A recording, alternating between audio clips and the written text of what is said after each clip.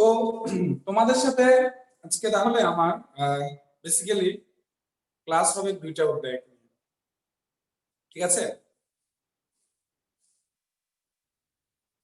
তো আমাদের আজকের যে অধ্যায়টা, প্রথম অধ্যায়টা হচ্ছে অধ্যায় নাম 4, আর এটা হচ্ছে অধ্যায় 5। আমরা জানি অধ্যায় 4 হচ্ছে পর্যায় সারণী সংক্রান্ত।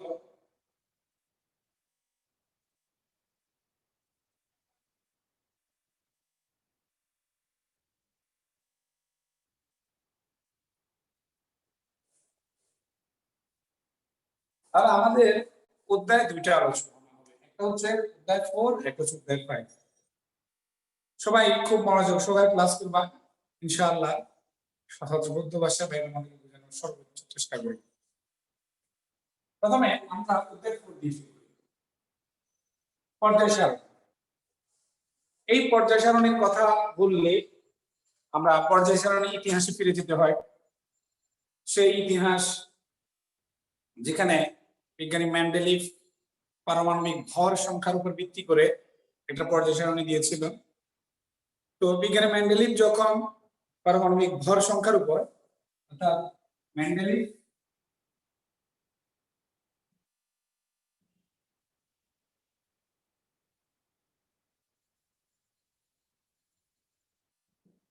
তাহলে আমরা একটু ঘুরে আসি পারমাণবিক ভরের কথা যেহেতু আসছে। ধরো এই যে একটা পরমাণু, পরমাণুর কেন্দ্রে থাকে প্রোটন প্লাস নিউট্রন। এই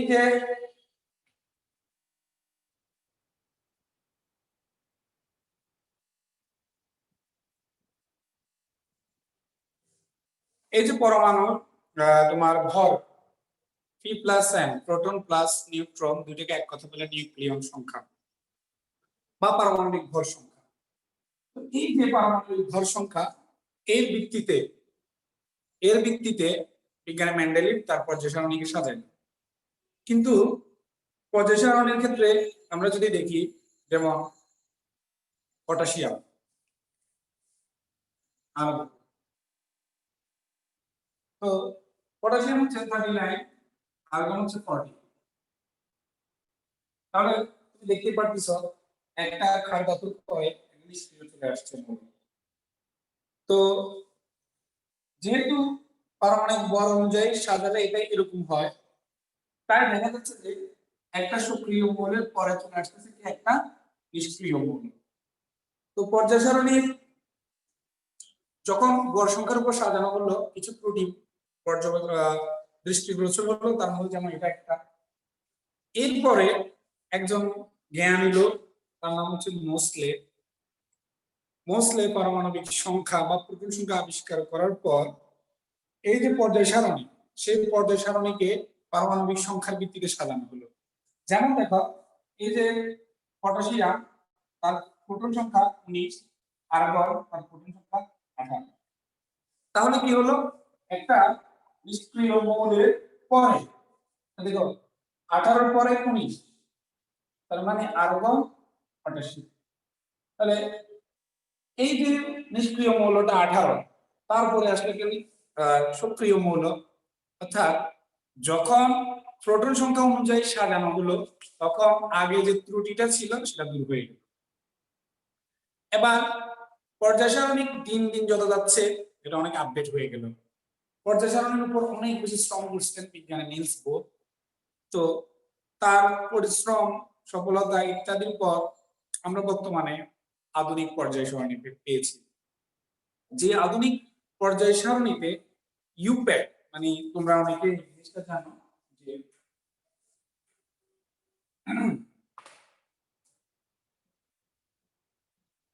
international union of pure applied chemistry, IUPAC অনুসারে পর্যায় সারণী আধুনিক পর্যায় সারণী মৌল হচ্ছে 118টি।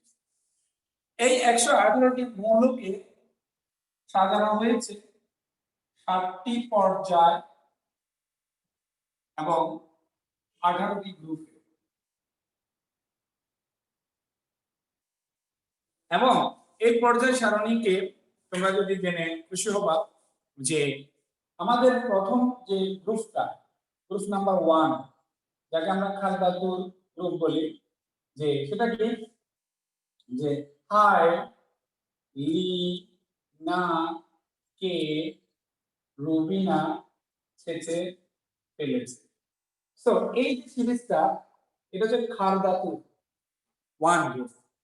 সেখানে যে একটা হাইড্রোজেন আছে, এই হাইড্রোজেনটা কিন্তু তার বৈশিষ্ট্যগুলো অনেকটা হ্যালোজেনের সাথেও মিলে 17 নম্বর, কিন্তু তারপরেও তাকে আমরা গ্রুপ 1 এর সাথে অনেক কিছু বৈশিষ্ট্য মিলে বিদায় গ্রুপ 1 এ দেওয়া হয়েছে। যদিও যদিও হাইড্রোজেন একটি অধাতু, তাহলে তাকে তারপরেও কিসে দেওয়া হয়েছে, ধাতুর গ্রুপে। এই হাইড্রোজেন দুটি বৈশিষ্ট্য বহন করে বিদায় তাকে বলা হয় দুষ্ট মৌল। এন্ড এখানে যে বাকি মৌলগুলা, এই মৌলগুলাকে বলা হয় ক্ষার ধাতু। এবং এই মৌলগুলির তোমরা যখন একটু বড় হবা, ইন্টারমিডিয়েট উঠবা, দেখবা যে মৌল থেকে কিছু বর্ণালী পাওয়া যায়। বর্ণালী মানে রং। তো রং বা যে রং বর্ণালীটা মানে আলো, সেটা ধরো সবুজ আলো, লাল আলো, এই ধরনের কিছু বর্ণ পাওয়া যায়, বর্ণালী পাওয়া যায়। আলটিমেটলি সেখান থেকে কতগুলো রেখাও পাওয়া যায়। সেই রেখাগুলি কি বলে, বর্ণালী রেখা। এই বর্ণালী রেখাগুলি যেমন কিরকম, কোনটার নাম হচ্ছে শার্প, কোনটার নাম হচ্ছে প্রিন্সিপাল, কোনটার নাম হচ্ছে ডিফিউজ, এন্ড আরেকটা নাম হচ্ছে ফান্ডামেন্টাল। তাহলে খেয়াল করো, শার্প মানে হচ্ছে কি, শার্প মানে হচ্ছে তীক্ষ্ণ, প্রিন্সিপাল মানে প্রধান, ডিফিউজড মানে পরিব্যাপ্ত, ফান্ডামেন্টাল মানে হচ্ছে মৌলিক। এবার খুব চিন্তা করো,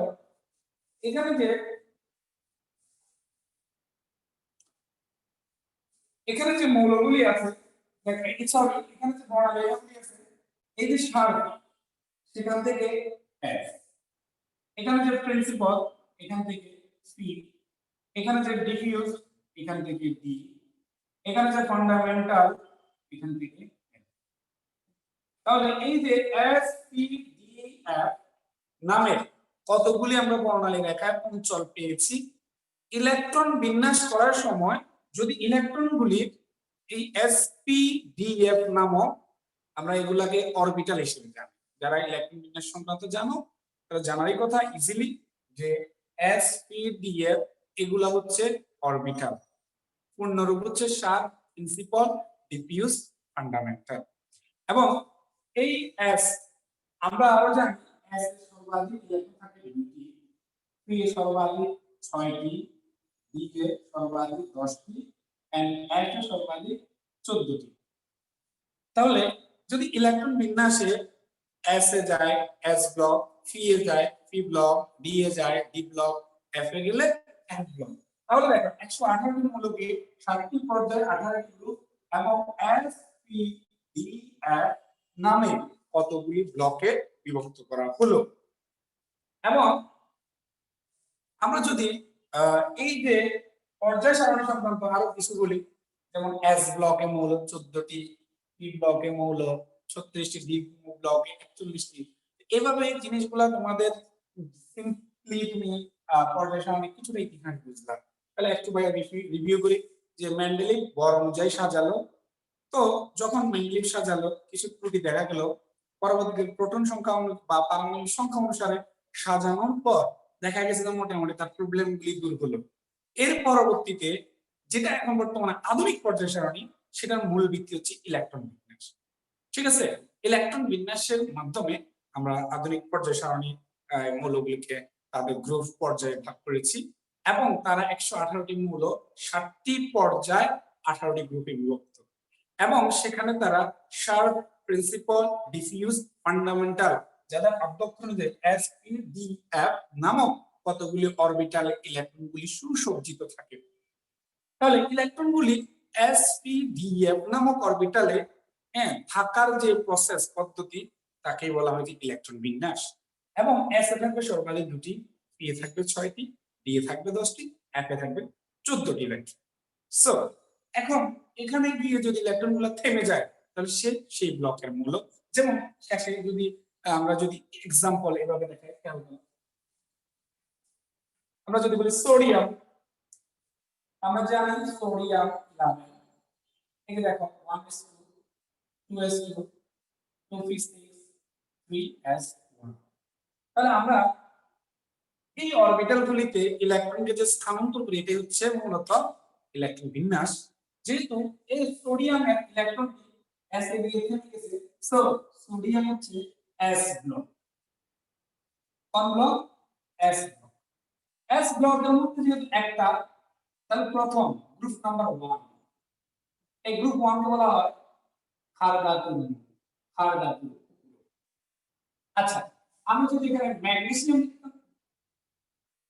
তাহলে 1s2 2s2 2p6 3s2, এটাও কিন্তু s ব্লক, বাট এখানে কিন্তু s এর দুটি, তাই এটা গ্রুপ নাম্বার 2। গ্রুপ নাম্বার 2 কে বলা হয় মৃৎক্ষার ধাতু। কি বলা হয়? এবং আমি যদি বলি ম্যাগনেসিয়াম কত নম্বর পর্যায়ে, তাহলে অ্যান্সার হবে যে সর্বোচ্চ যে এক সর্বোচ্চ সংখ্যা, যেমন এখানে 3, তাহলে 3 নং পর্যায়ে। তাহলে আমরা পর্যায় কেমনে বুঝবো? ইলেকট্রন বিন্যাসের সর্বাধিক যে সংখ্যাটা সেটাই হবে যে পর্যায় সংখ্যা। আবার আমি যদি গ্রুপের কথা বলি, s ব্লক এর ক্ষেত্রে একটা থাকলে s1 মানে গ্রুপ 1, তাকে বলা হয় ক্ষার ধাতু। আর ক্ষার ধাতুগুলিকে মনে রাখেন সিস্টেমটা কি, লিনাকে রুবিনাসে সে ফেলেছে, lithium, sodium, potassium, rubidium, caesium, francium. আর যদি সেটা গ্রুপ নাম্বার 2 তে যায় তাহলে সেটা হচ্ছে s ব্লকের গ্রুপ 2। গ্রুপ 2 এ মৌলগুলির মধ্যে কিছু মৌলের অক্সাইড মাটিতে পাওয়া যায়, মানে মৃত্তিকা পাওয়া যায়। মৃত্তিকায় পাওয়া যায় তাকে বলা হয় মৃৎক্ষার।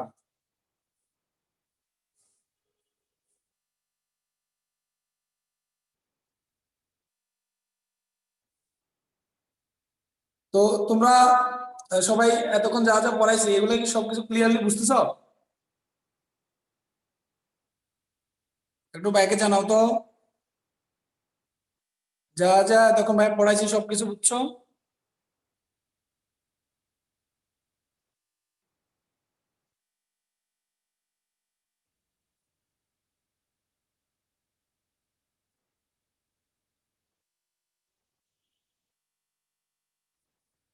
তোমরা কি বুঝছো?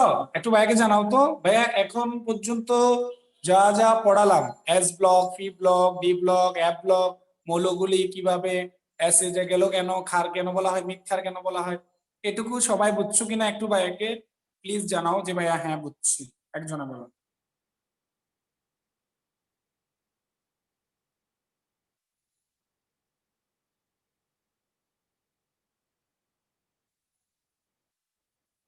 ওকে,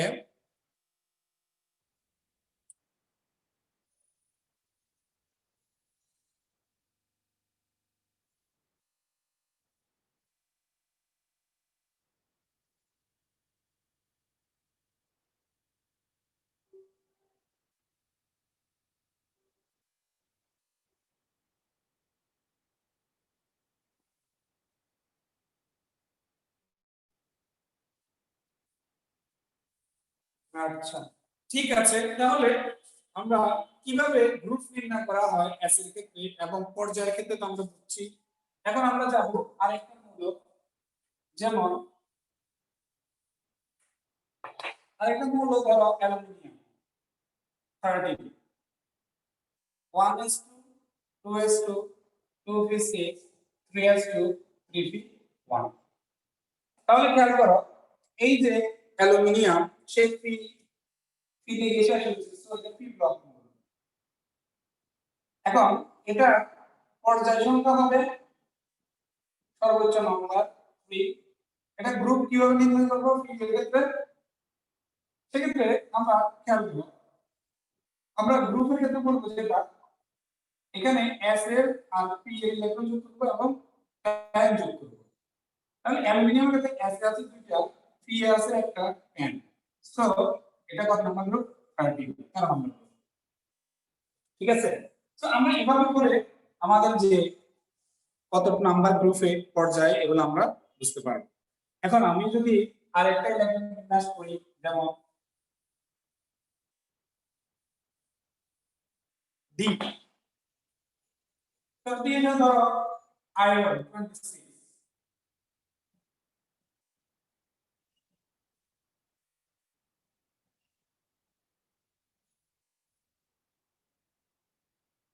তাহলে আয়রন তো 36, তাহলে এই যে আয়রন সেটা কত নম্বর পর্যায়ে? 14 নম্বর পর্যায়ে। এটা কোন ব্লক হলো? D block. ঠিক আছে? এবং এদের ক্ষেত্রে এই এস এবং ডি এর যোগফল 2 + 6 = 8। সো আমরা এই যে ডি ব্লক মৌল আয়রনটা বুঝলাম। এখন আয়রনকে যদি আমি তার আয়নে পরিণত করি, যেমন iron plus 1s2 2s2 2c6, তো খেয়াল করো ইলেকট্রন যাওয়ার সময় যাবে 4s থেকে, তাহলে 4s 0 3 মনে রাখবা যে সকল ডি ব্লক মৌলগুলি আয়ন গ্রহণ করার পর আংশিকভাবে পূর্ণ থাকে 1 থেকে 9টি, মানে আংশিক পূর্ণ,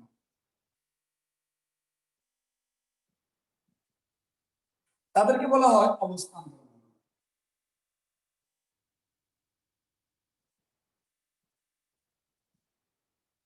এখন যদি ভাই জিঙ্ক এর কথা বলি,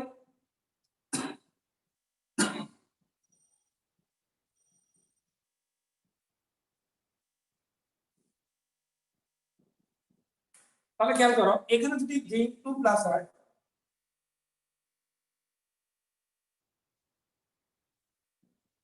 তাহলে জিঙ্কের ক্ষেত্রে জিঙ্কে 10টা ডিতে ইলেকট্রন, আমরা বলেছি 1 থেকে 9 এর মধ্যে থাকতে হবে। যদি 10টা থাকে তাকে অবস্থান্তর বলবো না, কিন্তু জিঙ্ক হচ্ছে একটা ডি ব্লক মৌল, তাহলে আমরা কি বলবো? যে অবস্থান্তর মৌল কি? ডি ব্লক মৌল। কিন্তু ডি ব্লক মৌল হলে সেটা অবস্থান্তর নয়। সো সকল অবস্থান্তর মৌল ডি ব্লক, কিন্তু সকল ডি ব্লক অবস্থান্তর মৌল নয়। এটা তোমরা অনেকে হয়তো জানো, এভাবে বুঝাবো। সো আমরা এই কথাটা ক্লিয়ার করার পর আমরা আমাদের ইলেকট্রন বিন্যাস ব্যতিক্রমধর্মী দেখব। যেমন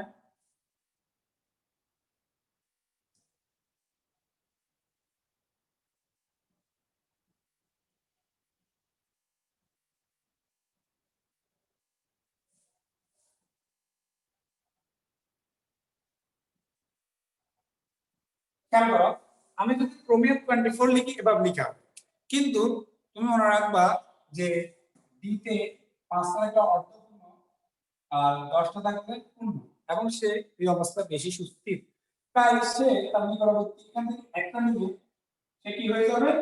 সুস্থিতি অর্জন করে। সো ক্রোমিয়াম এটা হচ্ছে ব্যতিক্রমধর্মী। अगेन কমা,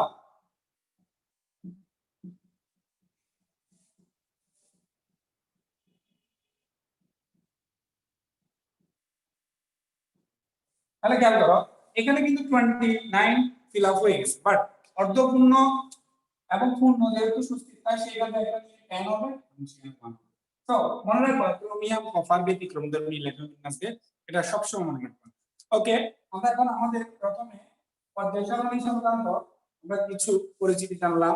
ইলেকট্রন বিন্যাসের মাধ্যমে কিভাবে পর্যায় সারণীতে মৌলের অবস্থান নির্ণয় করা যায় সেটাও জানলাম।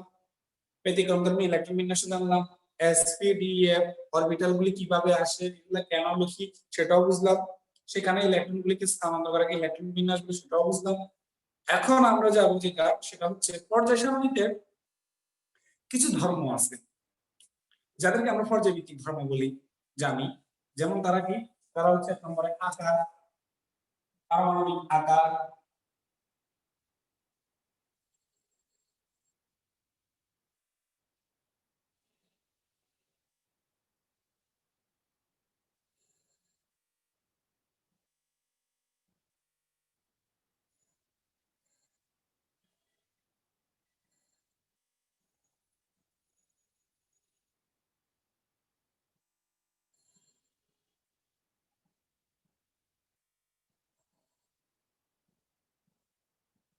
তাহলে খেয়াল করো এই যে আকার এগুলো নিয়ে আমরা একটু বুঝবো। সবার আগে বুঝতে হবে আকার, খুব মনোযোগ দিয়ে খেয়াল করতে হবে। আমি সেটা হচ্ছে কোন পরমাণু তার নিউক্লিয়াস থেকে যদি তার আকার থেকে আমরা নিউক্লিয়াস চিন্তা করি, তাহলে তার সর্বশেষ কক্ষপথ পর্যন্ত যে ব্যাসার্ধটা তার পারমাণবিক ব্যাসার্ধ। এখন এই পারমাণবিক ব্যাসার্ধ গ্রুপের ক্ষেত্রে কি হয়, পর্যায়ের ক্ষেত্রে কি হয়।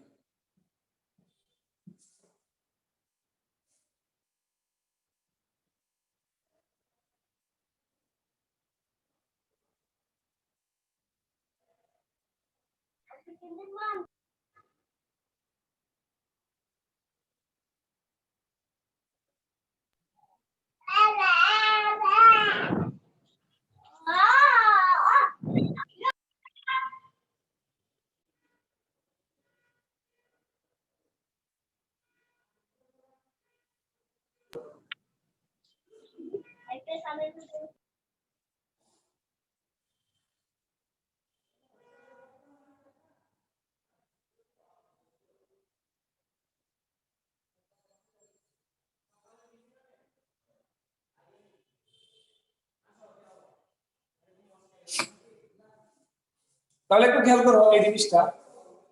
যদি আমরা প্রথমে বুঝছি যে পারমাণবিক ব্যাসার্ধ কি, যেমন এটা একটা গ্রুপ গ্রুপ 1,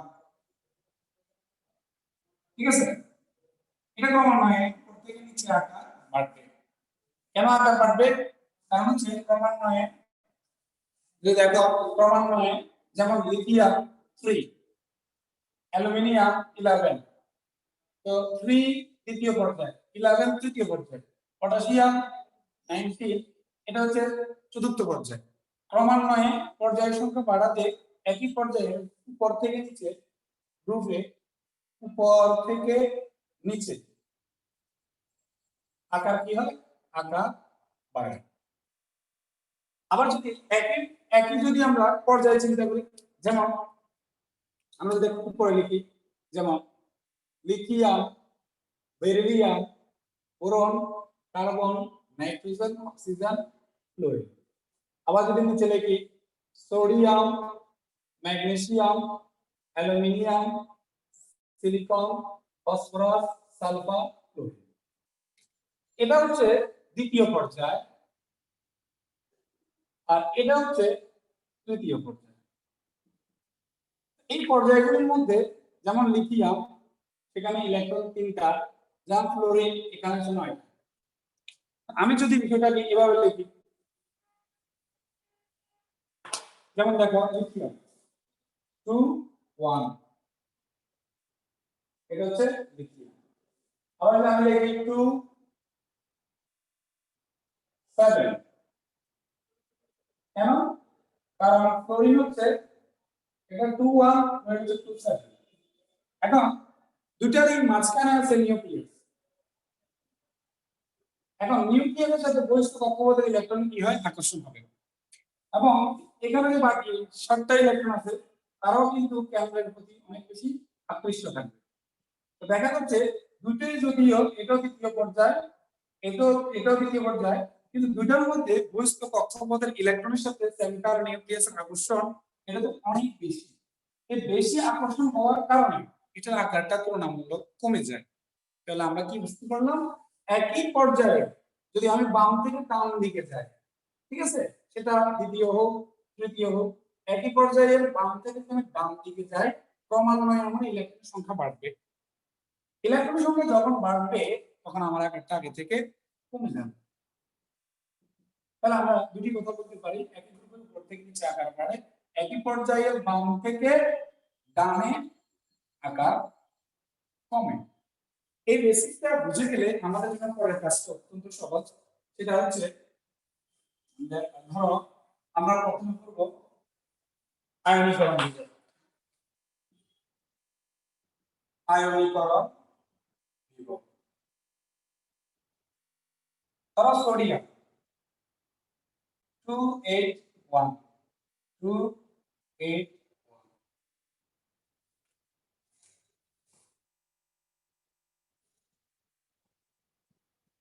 সোডিয়াম তার সর্বশেষ কক্ষপথে ইলেকট্রন আছে একটা, সে যদি এই একটা ইলেকট্রনকে ত্যাগ করে তাহলে সে অষ্টক পূর্ণ হয়ে যাবে।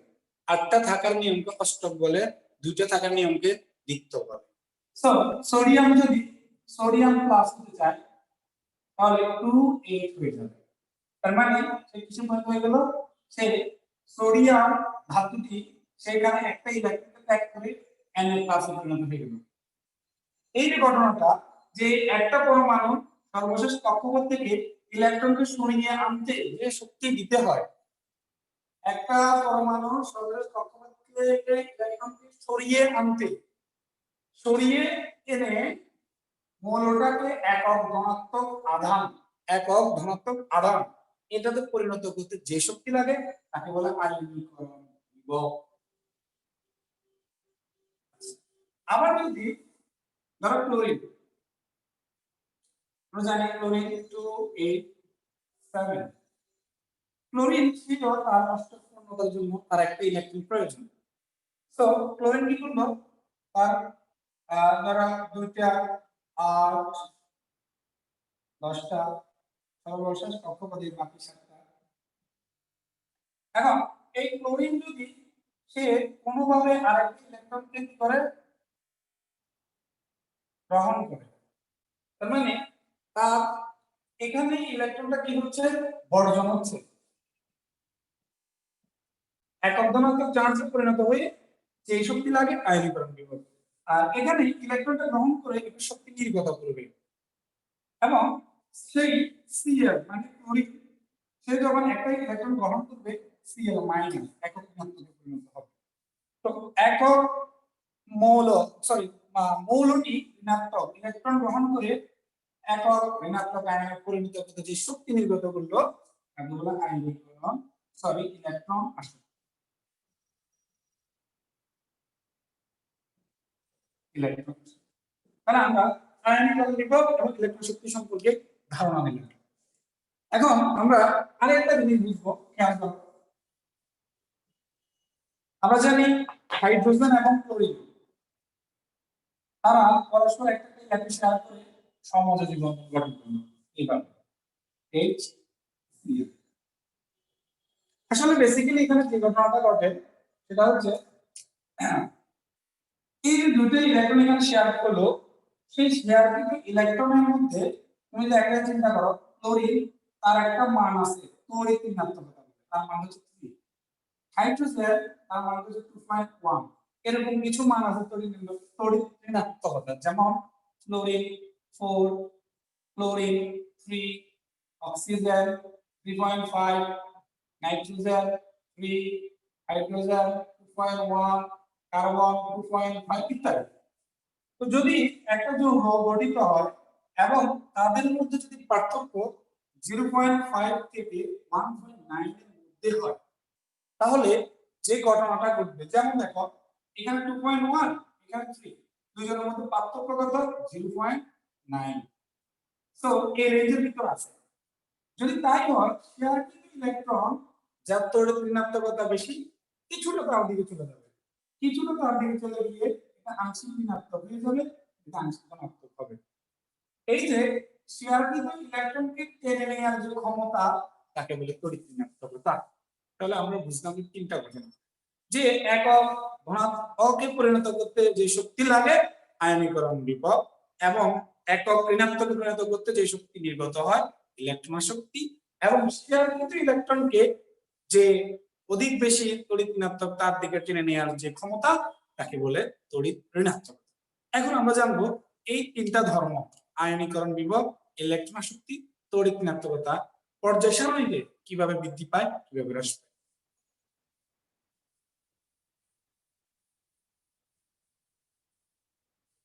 প্রথম কথা হচ্ছে সাধারণ ঘটনা। সাধারণ ঘটনা কি?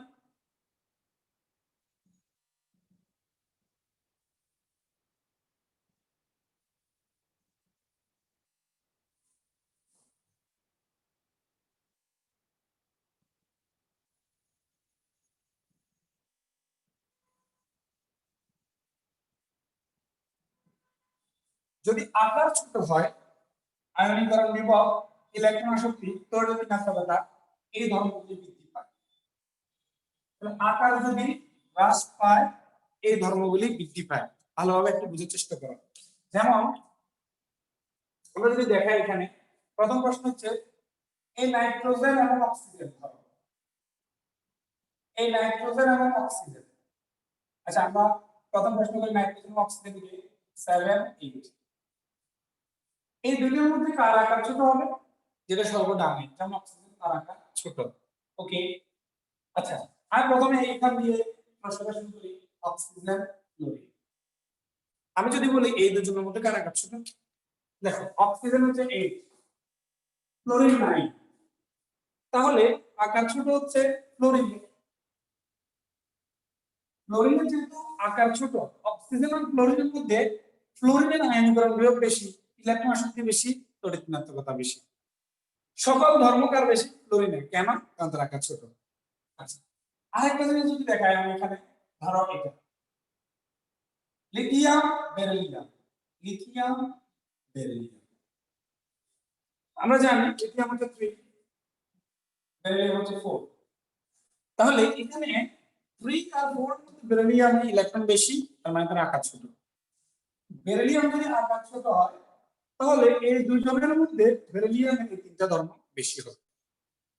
তাহলে এক নম্বর কথা আমরা যেটা বুঝলাম যে যদি প্রথমে আমি ফাইন্ড আউট করতে পারি কে আকার ছোট, তাহলে আমি সাধারণ কথায় বলে দিব যে এখানে তাদের বেশি হবে ব্যাপারটা, যার আকার ছোট হবে। আচ্ছা তাহলে এবার একটা আমরা, এটা ছিল আমাদের সাধারণ কথা, তারপর যদি আমরা ব্যতিক্রম কথা বলি, যেমন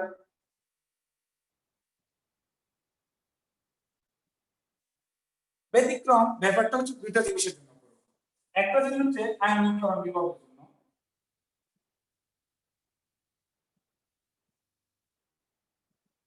যেমন খেয়াল করো নাইট্রোজেন এবং অক্সিজেন, চিন্তা করে দেখো নাইট্রোজেন এবং অক্সিজেনের মধ্যে আকার ছোট হচ্ছে অক্সিজেন, তো আয়নীকরণ বিভব অক্সিজেনের বেশি হওয়ার কথা, কিন্তু নাইট্রোজেন হচ্ছে ইলেকট্রন বিন্যাস করলে 1:2:2p3, আর অক্সিজেন হচ্ছে 1:2:2p4। অর্থাৎ নাইট্রোজেন অর্ধপূর্ণ ইলেকট্রন বিন্যাস, অধিকতর সুস্থির, অধিকতর সুস্থির হওয়ার কারণে তার থেকে ইলেকট্রন সরাইতে শক্তি লাগে খুব বেশি। তো আমার এখানে আকার ছোট অক্সিজেনের হওয়ার কথা, অক্সিজেনের আয়নীকরণ বিভব বেশি, কিন্তু তার বেশি নাইট্রোজেন। কেন? কারণ তার অর্ধপূর্ণ ইলেকট্রন বিন্যাস। এগেইন অনুরূপভাবে ফসফরাস এবং সালফার, যেমন ফসফরাস হচ্ছে 15, সালফার হচ্ছে 16, দুজনের মধ্যে আকার ছোট সালফার, বাট আয়নীকরণ বিভব বেশি ফসফরাস, কারণ ফসফরাস অর্ধপূর্ণ। শুধু এই দুটা নয়, আরো দুটা উদাহরণ, যেমন বেরিলিয়াম বোরন।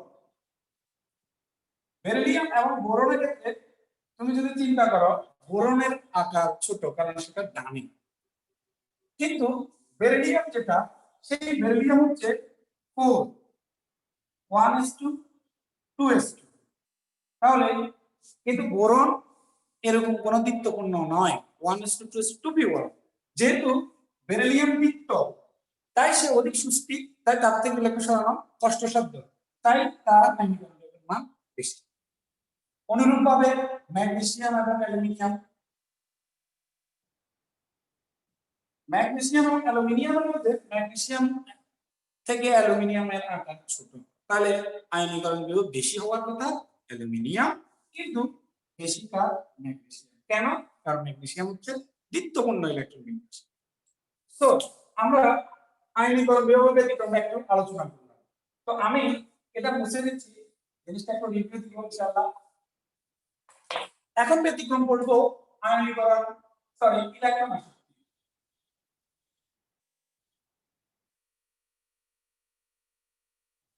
ইলেকট্রন আসক্তিতে দেখো ক্লোরিন, ক্লোরিন, ব্রোমিন, আয়োডিন, এই গ্রুপটা হচ্ছে 17 নম্বর গ্রুপ, এটাকে বলে হ্যালোজেন গ্রুপ। এই গ্রুপের ক্ষেত্রে সবচেয়ে আকার ছোটটা ক্লোরিন। তো আমি যদি ছোট বলি তাহলে হওয়ার কথা কি, আমি যদি এবার ক্লোরিন এবং ক্লোরিনের মধ্যে ক্লোরিনের আকার কিন্তু ছোট, তাহলে অবশ্যই সেখানে ইলেকট্রন আসক্তি বেশি হওয়ার কথা কার? ক্লোরিন, ঠিক আছে না? এটা হচ্ছে হওয়ার কথা।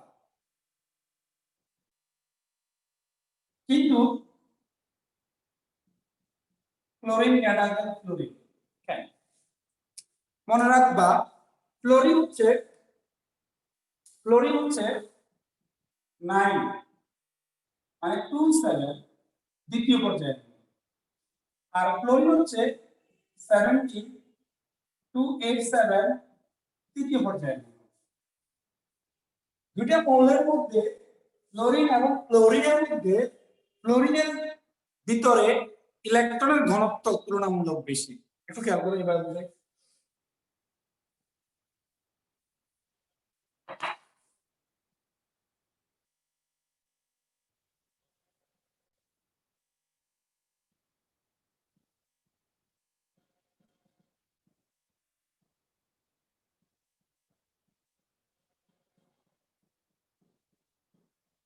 খেয়াল করো দুইটার মধ্যে সর্বপ্রথম 7টি, কিন্তু চার্জের ঘনত্ব হচ্ছে ক্লোরিনে। কেন? কারণ ক্লোরিনের আকার 2 পর্যায়ে, তার পর্যায় সংখ্যা 2। ক্লোরিনের আকার অত্যন্ত ছোট হওয়ার কারণে এখানে চার্জের ঘনত্ব যখন বেশি, একটা ইলেকট্রন যদি বহিরাগত প্রবেশ করে তাহলে সেটা ইজিলি ক্লোরিনে প্রবেশ করতে পারে। কারণ ক্লোরিনের পর্যায় সংখ্যা 3, তাই তার মধ্যে চার্জের ঘনত্ব ক্লোরিনের তুলনায় কম, তাই ইলেকট্রনটা ক্লোরিনের থেকে ক্লোরিনে ইজিলি যেতে পারে। তাহলে আমরা যদি বলি এখানে ক্লোরিনের মধ্যে ক্লোরিনের আকার ছোট হওয়ায় আয়নীকরণ বিয়োগ বেশি, তড়িৎ ঋণাত্মকতা বেশি, কিন্তু ইলেকট্রন আসক্তি ক্লোরিনের বেশি। যদি বলি কেন ভাইয়া বেশি, কারণ হচ্ছে ক্লোরিন এবং ক্লোরিনের মধ্যে ক্লোরিনের আকার অত্যাধিক ছোট, তাই তার মধ্যে ইলেকট্রনের ঘনত্ব অনেক বেশি, তাই বহিরাগত ইলেকট্রন বেশি বিকর্ষণ করে ইজিলি তার তুলনায় ক্লোরিনে যেতে পারে। কারণ ক্লোরিন তুলনামূলক তার থেকে একটু আকার বড় হওয়ায় চার্জ ঘনত্ব। সো আমরা যেটা বুঝলাম সেটা হচ্ছে আয়নীকরণ বিভব, ইলেকট্রন আসক্তি, তড়িৎ ঋণাত্মকতা। সাধারণভাবে আকার ছোট হলে মানগুলি বাড়বে। ব্যতিক্রম দুইটা জায়গায়, আয়নীকরণ বিভব, ইলেকট্রন আসক্তি। আয়নীকরণ বিভবের ক্ষেত্রে যে ঘটনাটা ঘটবে এই পার্টটা হচ্ছে অর্ধপূর্ণ ইলেকট্রন বিন্যাস। যদিও অক্সিজেন কিন্তু নাইট্রোজেন, যদিও সালফারের কিন্তু ফসফরাস আছে, কারণ এতে অর্ধপূর্ণ ইলেকট্রন। আবার দেখো এই পার্টে এরা হচ্ছে এখানে হওয়ার প্রবণতা অ্যালুমিনিয়ামের, কিন্তু এরা হচ্ছে দ্বিত্বপূর্ণ ইলেকট্রন বিন্যাস, তাই এদের ক্ষেত্রে আয়নীকরণ বিভব বেশি। আবার যদি আমরা ইলেকট্রন আসক্তি পেতে যাই তাহলে হ্যালোজেনের ক্ষেত্রে ক্লোরিন সর্বাধিক ছোট, কিন্তু সর্বাধিক ছোট হলেও তার মধ্যে ক্লোরিনের মধ্যে চার্জের মতো ক্লোরিন অত্যাধিক বেশি, তাই তুলনামূলক ক্লোরিনে চার্জের ঘনত্ব কম হওয়ায় ইলেকট্রনটা ক্লোরিনে ইজিলি যেতে পারে। সো ক্লোরিনের তুলনায় ক্লোরিনের ইলেকট্রন শক্তি বেশি। আমরা মোটামুটি আমাদের পর্যায়ভিত্তিক ধর্মের মধ্যে ইম্পর্টেন্ট জায়গাটা শেষ করলাম।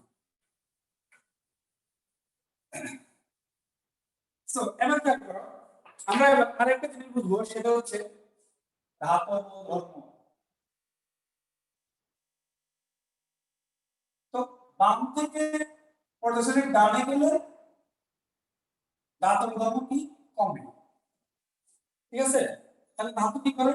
দেখো ধাতু যেমন সোডিয়াম, সে কি করবে? সোডিয়াম প্লাস ইলেকট্রন ত্যাগ। আবার অধাতব ধর্ম কি হয়? পর্যায় সারণীর বাম থেকে যত ডানে যাওয়া হয় অধাতব ধর্ম বাড়ে, এবং অধাতু যে কাজটা করে যেমন ক্লোরিন, সেই ইলেকট্রনকে গ্রহণ করে নাইট্রোজেনে পরিণত হবে।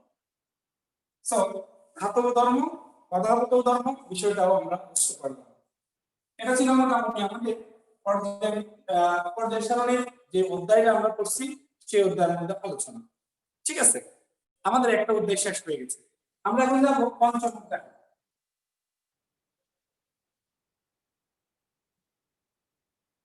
রাসায়নিক বন্ধন।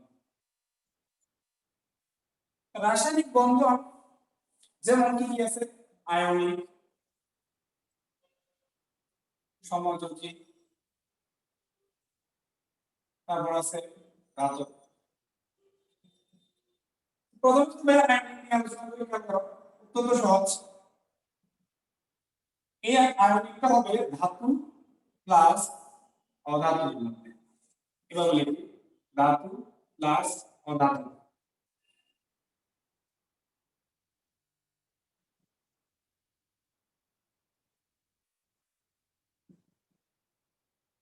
তাহলে খেয়াল করো, ধাতু প্লাস অধাতু হবে আয়নিক, অধাতু অধাতু হবে সমযোজী, আর ধাতু ধাতুর মধ্যে হবে আমাদের ধাতব বন্ধন। সো আমরা আয়নিকটা প্রথমে দেখি। আমি এতক্ষণ যে আলোচনা করছি তার বেসিক দিয়ে আমরা কিছু বুঝবো। তো খেয়াল করো, আমি আয়নিকে যাওয়ার আগে কিছু কথা আমি ব্যাখ্যা করি। একটা হচ্ছে যোজ্যতা, একটা হচ্ছে যোজ্যতা ইলেকট্রন। যেমন অক্সিজেন 8,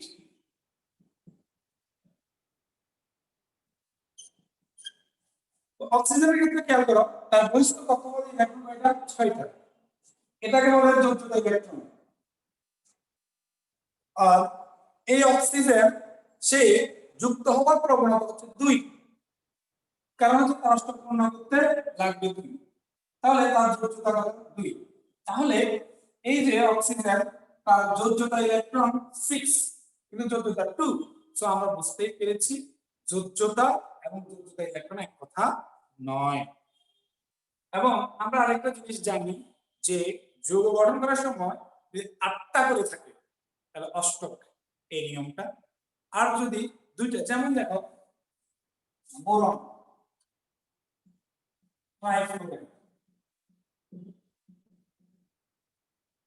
এখানে বোরন দুটা ইলেকট্রনকে দুইটা দ্বিত্ব পূর্ণ করে করে তিন জোড়া সে বন্ধন গঠন করছে, 3 জোড়া ইলেকট্রন দিয়ে। সো নিয়ম হচ্ছে দুইটা, একটা হচ্ছে দ্বিত্ব, একটা হচ্ছে অষ্টক। যেমন নিষ্ক্রিয় গ্যাসগুলি তারা অষ্টক পূর্ণ হয়ে থাকে।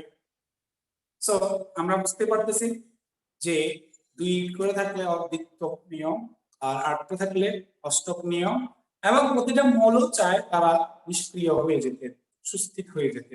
তাহলে যেমন খেয়াল করো আমাদের আয়নিকের ক্ষেত্রে কি হবে, যেমন এই যে সোডিয়াম, সেই সোডিয়ামটা তার যে লাস্ট একটা ইলেকট্রন, কিছুক্ষণ আগে তোমাদেরকে বলেছি লাস্ট ইলেকট্রনটা যাবে আয়নীকরণ বিভব প্রভাবে, সো হয়ে যাবে Na+, ইলেকট্রন 2, 8, এটা আমরা জানি।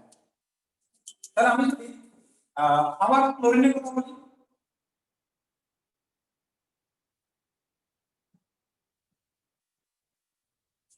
খেয়াল করো এটা হচ্ছে 10 নিয়ন, এটা হচ্ছে 18 আর্গন।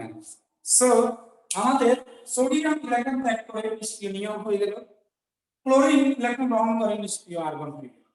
এখন যদি এভাবে দেখি, ধরো 2 8 1, এটা হচ্ছে সোডিয়াম।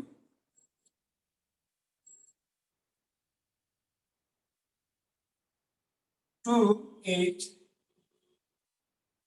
7,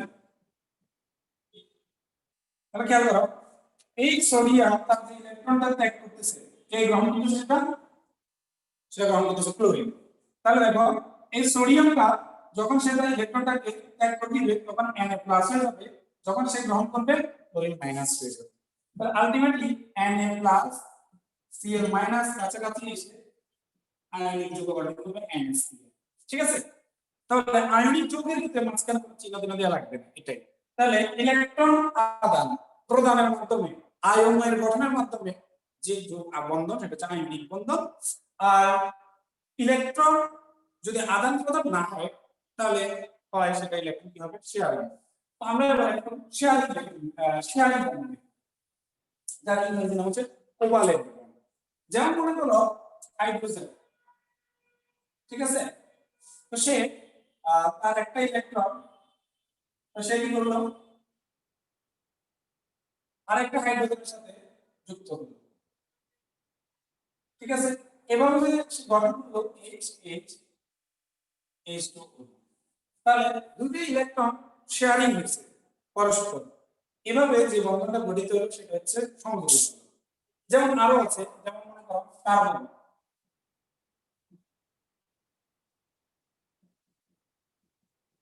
কার্বন আর হাইড্রোজেন তারা পরস্পর একজোড়া ইলেকট্রন শেয়ারিং এর মাধ্যমে বন্ধন গঠন করছে।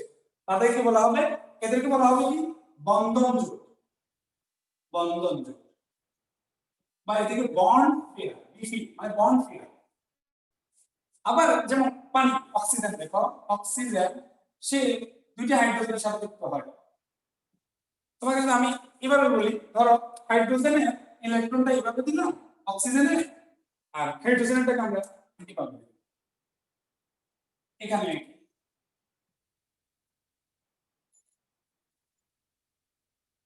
তাহলে অক্সিজেনের কিন্তু দুই জোড়া মুক্ত ইলেকট্রন থাকে, যেমন এটাকে বলে নিঃসঙ্গ ইলেকট্রন জোড়, বা এটা আরেকটা হচ্ছে লোন পেয়ার এলপি। তাহলে এরা হচ্ছে বন্ধন জোড় বা বন্ড পেয়ার, আর ওরা হচ্ছে লোন পেয়ার নিঃসঙ্গ। সো এই যে হাইড্রোজেন সেই এখানে এক জোড়া, এখানে এক জোড়া শেয়ারিং এর মাধ্যমে দুটি সমযোজী বন্ধন করা হয়েছে। সেইম ভাবে আমি যদি আরো সমযোজী বন্ধন দেখাই,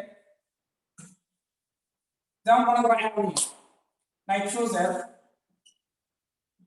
সে তিনটা হাইড্রোজেনের সাথে এবং তার মধ্যে একজন ইলেকট্রন আছে। ওকে, ধরো কিভাবে দিলাম,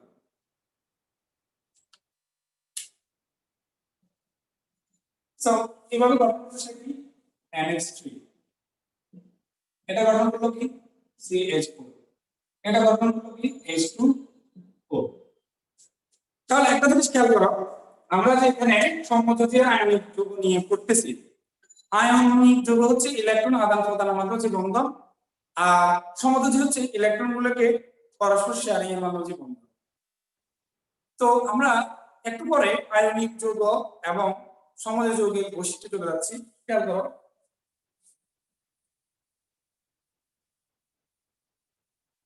যেমন পানি, কিছুক্ষণ আগে তোমাদের একটা কথা বলেছিলাম যে অক্সিজেন 3.5, হাইড্রোজেন 2.1, তাদের মাইনাস পয়েন্ট হচ্ছে 1.4। সো এটা 0.5 থেকে 1.9 এর মধ্যে, যেহেতু যেহেতু এটা ইলেকট্রন শেপ থেকে নিয়ে সেই ঋণাত্মক হয়ে যাবে, এটা থেকে যাবে ধনাত্মক। আচ্ছা, পানি যদি একটা সমযোজী যৌগ, কিন্তু পানির মধ্যে এই একটা প্রান্ত তার নাম হচ্ছে ধনাত্মক, এই একটা প্রান্ত তার নাম হচ্ছে ঋণাত্মক। তাহলে পানিতে কয়টা প্রান্ত সৃষ্টি হলো? দুই প্রান্ত। দুই মানে ডাই, প্রান্ত মানে হচ্ছে ফোর। তাহলে পানি একটা কি যৌগ? ডাই যৌগ, বা তাকে আরো বলা হয় পোলার যৌগ। তাহলে পানির মধ্যে দুটি প্রান্ত সৃষ্টি হয়, প্লাস প্রান্ত মাইনাস প্রান্ত। তো এখন যদি কোনো একটা যৌগ পানিতে দ্রবণীয় হতে চায়, তাহলে একটা সূত্র আছে, সেটা হচ্ছে লাইক ডিসলভ লাইক। মানে হচ্ছে এক কথা যদি এটাকে বলি, আয়নিক যৌগ পোলার দ্রাবক, যেমন পানি হচ্ছে পোলার দ্রাবক। আর যদি আমরা অপোলার, যেমন আয়নিক না বলি, আমরা অপোলার যৌগ বলি, অপোলার যৌগ জৈব দ্রাবক।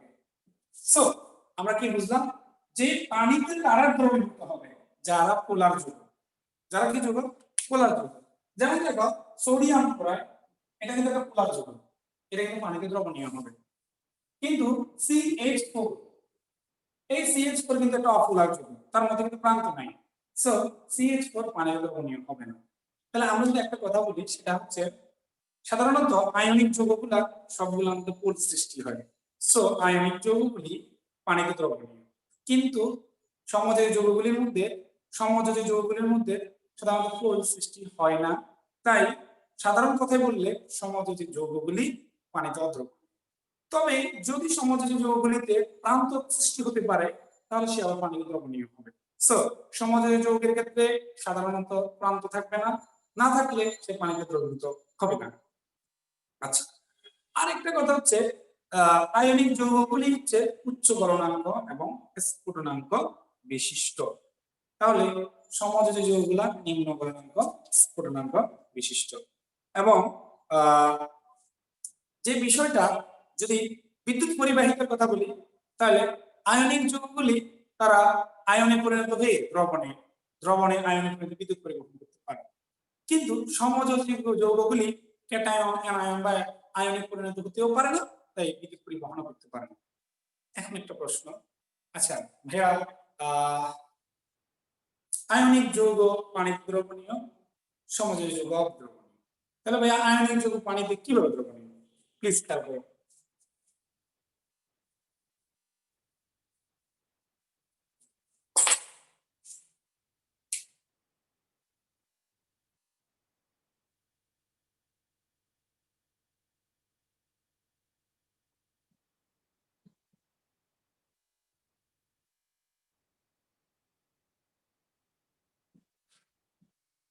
তাহলে খেয়াল করো, পানিতে যে অক্সিজেন সেটা ঋণাত্মক, তাই সে কি করে ধনাত্মক অংশটাকে ঘিরে ফেলে।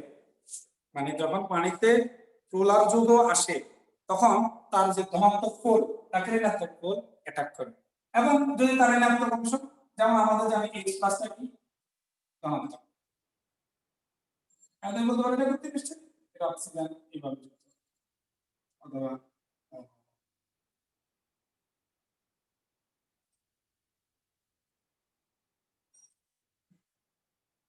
সো এইভাবে করে ধনাত্মক অংশগুলি ঋণাত্মককে ঘিরে ফেলবে, আর ধনাত্মক অংশগুলিকে পানির ঋণাত্মক, এক কথায় পানির ঋণাত্মক অংশটা পোলার যুগের ধনাত্মক অংশটাকে চারদিক থেকে ঘেরাও করবে, আর পানির ধনাত্মক অংশটা পোলার যুগের ঋণাত্মক অংশকে চারদিক থেকে ঘেরাও করে পানিতে ডিসলভ করে ফেলবে। মানে এটাকে বলে পানীয় দ্রবণীয় হওয়া বা পানিতে দ্রবণীয়তা। এখন তিনটা বন্ধন আলোচনা করছি আমরা, আয়নিক, সমযোজী, সর্বশেষ যেটা ধাতব। এটা লোহার কথা চিন্তা করো, একটা লোহার মধ্যে লোহার ধাতুগুলা একে অপরের সাথে লেগে থাকে। ধরো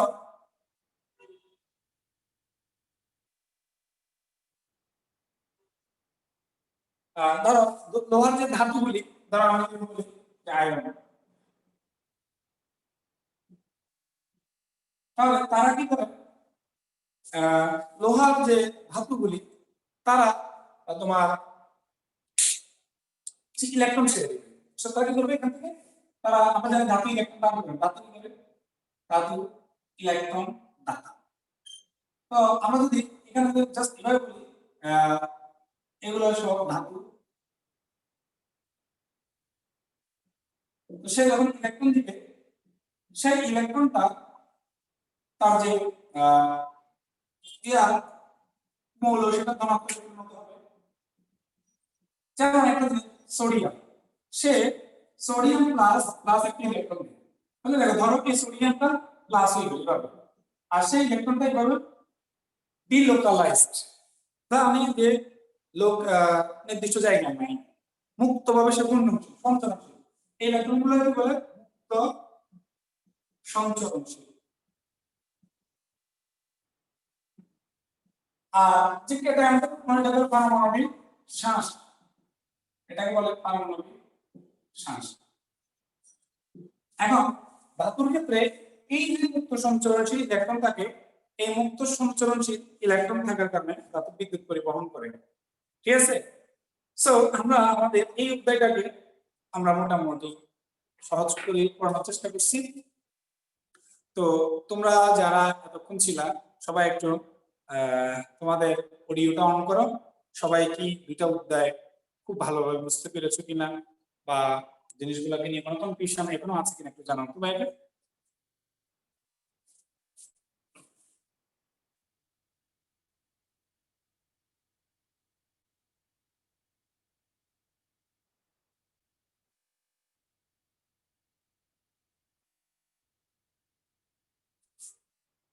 ভাইকে একটু জানাও তো আমরা কি আমাদের